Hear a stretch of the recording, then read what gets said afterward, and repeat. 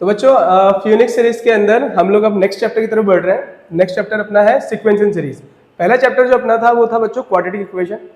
ठीक है, वापस से बताता हूँ, मैं मानस घोषाल आपका मैथ्स मेंटर, साथ ही साथ में फिजिक्स के लिए अजगान वली सर और केमिस्ट्री के लिए मौसम अंसारी सर।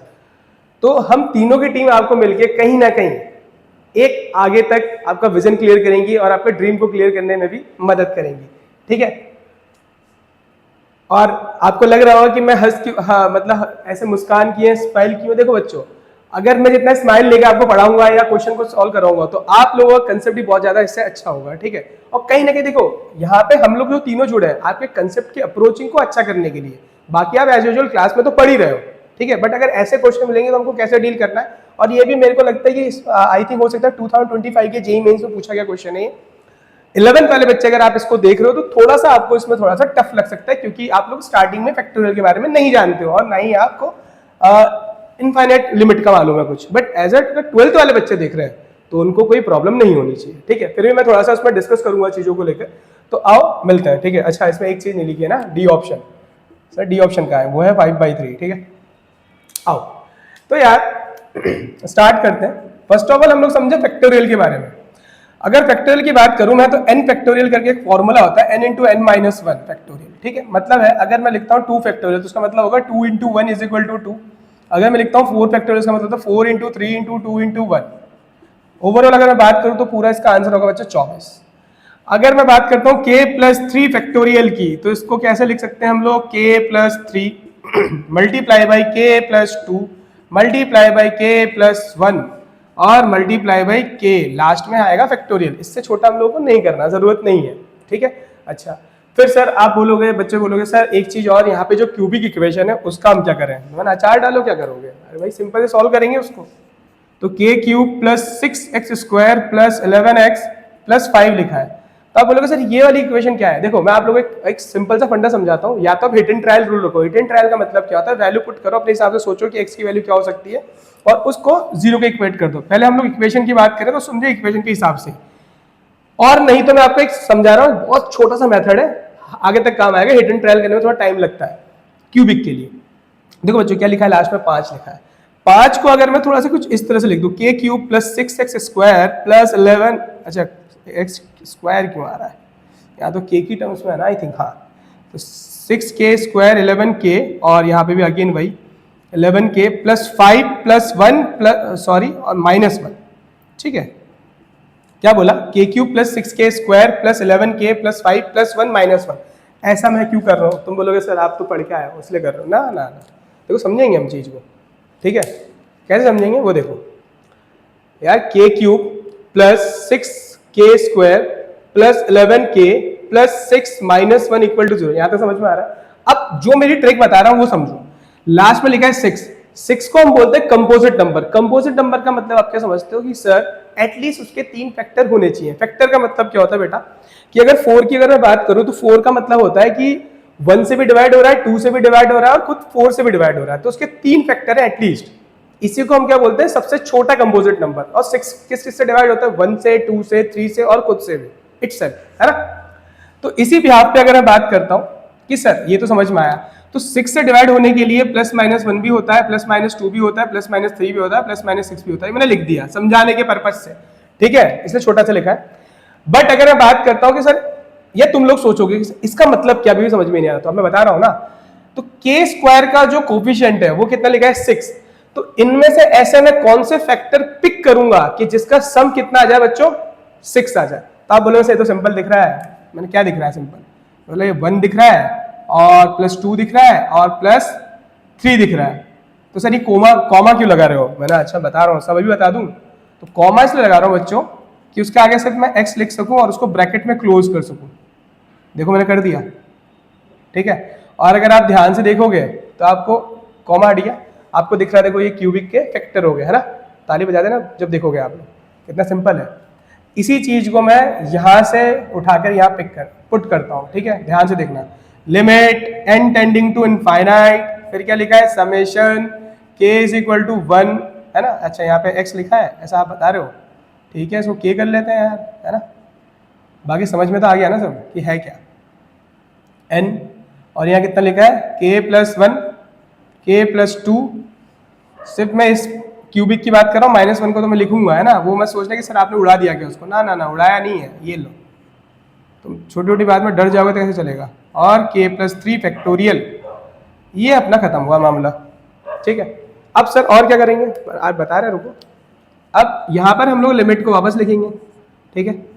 थोड़ा सा हम लोग अब समझेंगे कि यार इसको कुछ ऐसा लिख सकते हैं क्या, k = 1 से लेकर n तक, और k+1 k+2 k+3 divided by k+1 k+2 k+3 और k factorial minus summation k = 1 से अगेन n 1/k+3 का फैक्टोरियल। क्लियर है बच्चों, ठीक है। नहीं समझ में आया तो वापस से वीडियो को पॉज करें और अच्छे से उसको देखिए, समझे, ठीक है, क्योंकि यहाँ मैं हर चीज बता रहा हूँ, लिख रहा हूँ, ठीक। अब आपको दिख रहा होगा कि यार ये और ये तो नमस्ते कर गया आपस में, तो जब नमस्ते कर जाएगा तो मिलेगा क्या मुझे, n टेंडिंग टू इनफाइनाइट, ठीक है, और लिमिट k = 1 से लेकर n तक, और क्या मिल रहा है 1/k फैक्टोरियल। देखो बहुत छोटी से छोटी डिटेल लिखना होगा कि आप लोगों को समझ में आए, माइनस अगेन वही है ना, बस यही तो नोट करना है, नोट हो गया, ठीक है। अब सर नोट हो गया, क्या करना है, नोट हो गया तो वैल्यू डालेंगे। अब k की वैल्यू 1 से लेकर, अब देखो समेशन ओपन करना सीख रहे हैं हम लोग अब जिंदगी में पहली बार।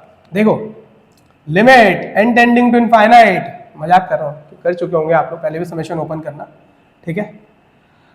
1/1 factorial plus 1/2 factorial plus 1/3 factorial plus 1/4 factorial, ऐसे करते करते हम पहुंचेंगे 1/n फैक्टोरियल तक, ठीक है। फिर लगाएंगे माइनस, अब इसको भी तो लिखना है, क्या करा मैंने, k की जगह पे 1 पुट किया, 1 से लेकर n तक पुट कर दिया, तो 1 से लेकर n तक नेचुरल नंबर होता है, मालूम है सबको, ठीक है।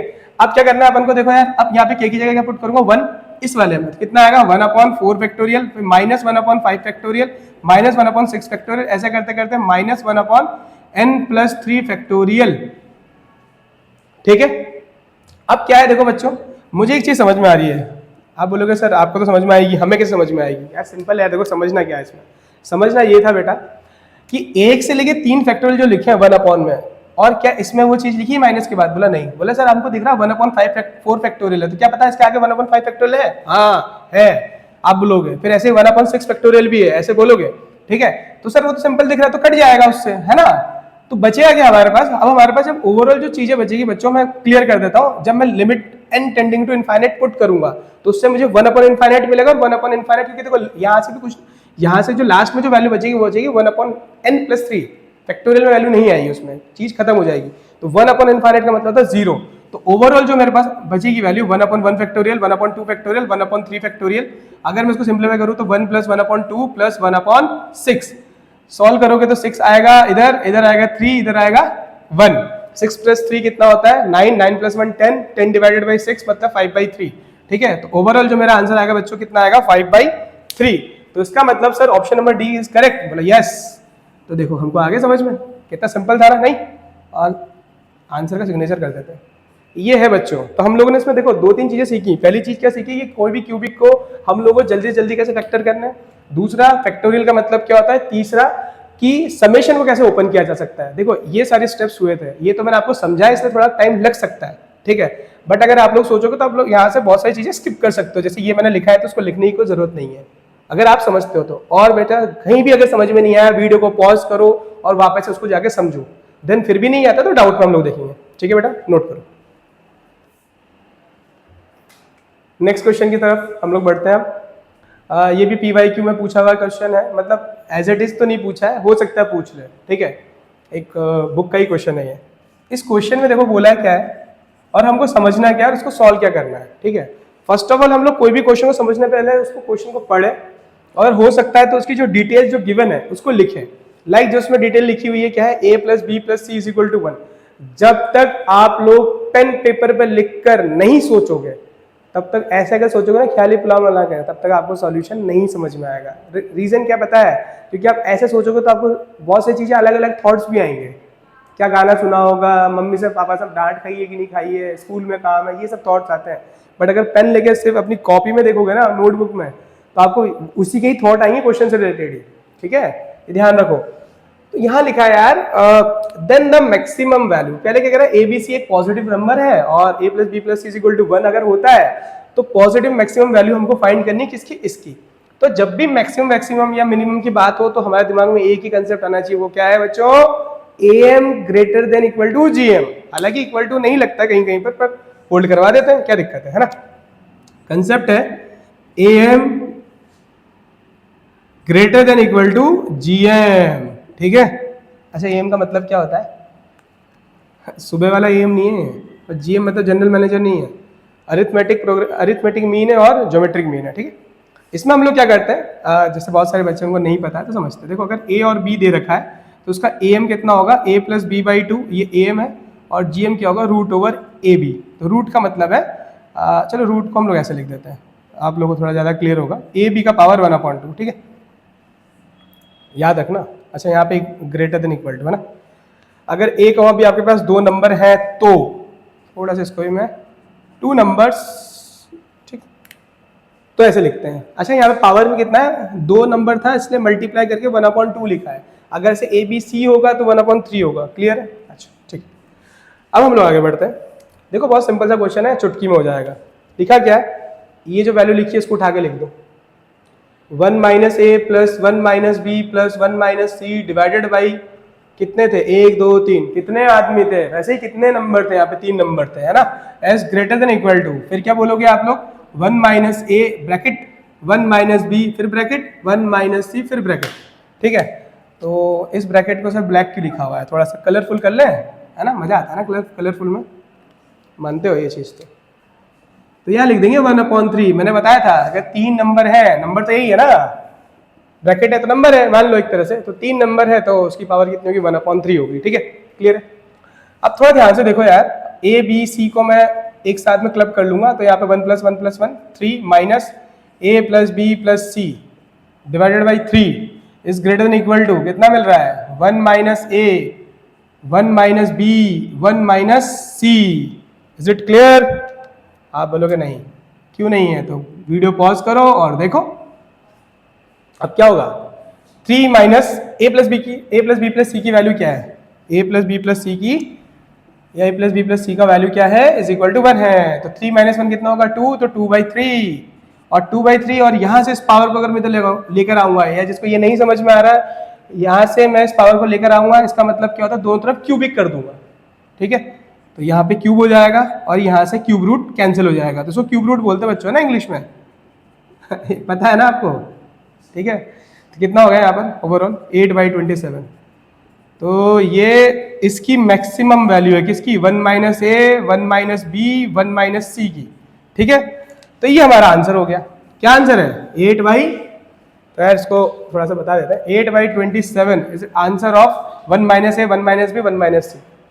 क्लियर है ना, सिंपल था यार, क्योंकि ग्रेटर देन इस तरफ है ना, इसलिए मैक्सिमम वैल्यू, ठीक। नहीं समझ में आया, वीडियो पॉज करें, समझें इसको। और कंसेप्ट यहाँ पे कुछ नहीं था, सिर्फ AM GM का कंसेप्ट था, प्लीज नोट दैट।